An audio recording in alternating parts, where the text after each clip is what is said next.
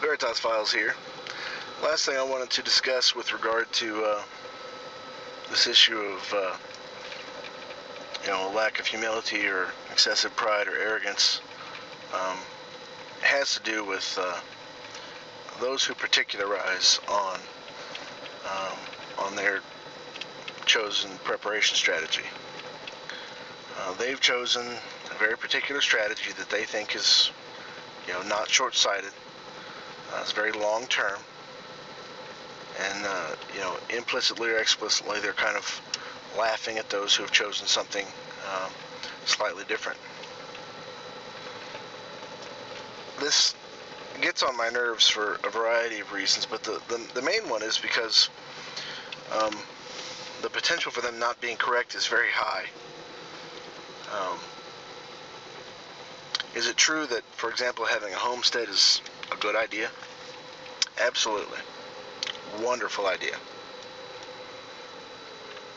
Is it true that having a homestead to the exclusion of everything else is a good idea? No. No. If you've chosen to homestead at the expense of everything else you've done, or you could do,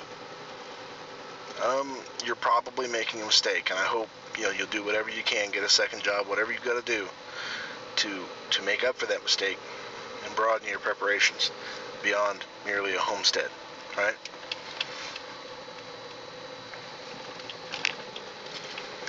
I think we have to, approach this assuming that our preparation strategy is compromised, that there's information that's vital that we're missing, that things aren't going to work out precisely how we thought they would work out. And I don't mean this to, develop doubt in your own minds, but simply as a way of maintaining openness on all of our parts, with regard to new ideas, things that really could help that maybe that we didn't think of. I think it only makes sense to assume that we don't have all the answers. And I see a lot of people doing videos. A lot of times it's on homesteading or something like that.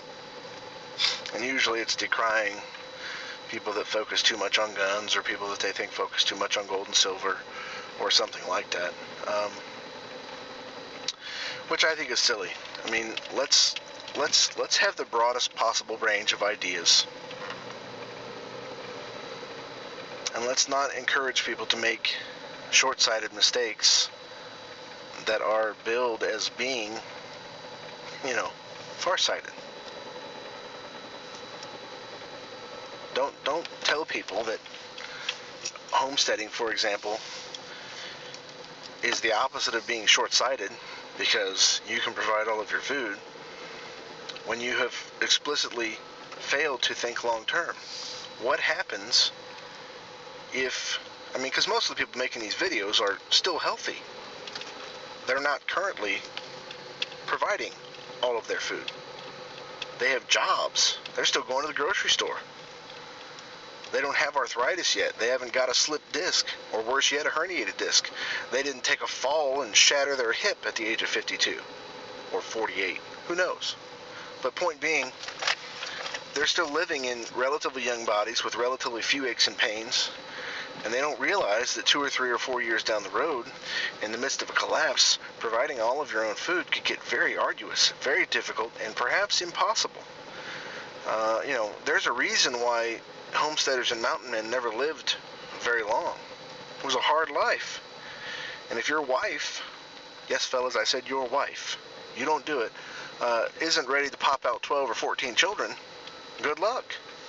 Good luck running a homestead with 1 or 2 kids and yourself as you get older.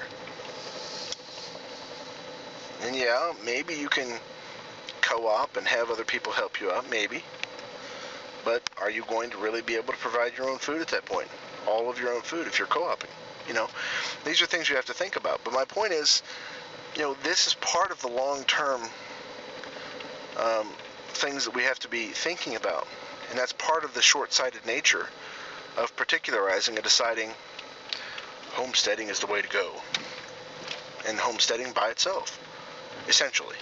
I mean, when you do that or anything else to the exclusion of all of the other good ideas that are out there, you're probably making a mistake. Probably making a very significant mistake. And I think we need to be careful about that.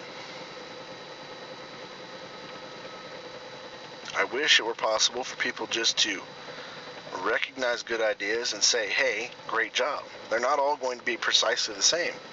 Everyone's strategy can't be the same. I happen to have something of a bad back, and I know that even though I can garden and have a sizable garden, I'm not going to be able to farm, you know. My wife, you know, may or may not be able to have children. Who knows? 30% of, I think it's something like 30%, about a third of Americans are infertile, American couples. You don't know how those things are going to go, and therefore your prep strategies are going to be slightly different. And I think we have to leave room for this. I think we have to stop particularizing, stop decrying the strategies of others, so long as they're good, and start participating in a constructive discussion as to how we can enhance and make better each individualized strategy, each strategy that has been tailored to each couple, person, or group. So for those of you homesteading, fantastic. Don't just homestead though. For those of you who are buying gold and silver, fantastic. Don't just buy gold and silver. If you do that, you're making a mistake. For those of you buying guns and ammunition and all kinds of other stuff, that's fantastic. Just don't do that to the exclusion of everything else. I think being too narrow in our focus, being too particular about who's got a good strategy and who doesn't, or what's a good strategy and what isn't, when it's obvious that all of these things can be helpful, and the more you have, the more adaptiveness you'll have to any given environment. I think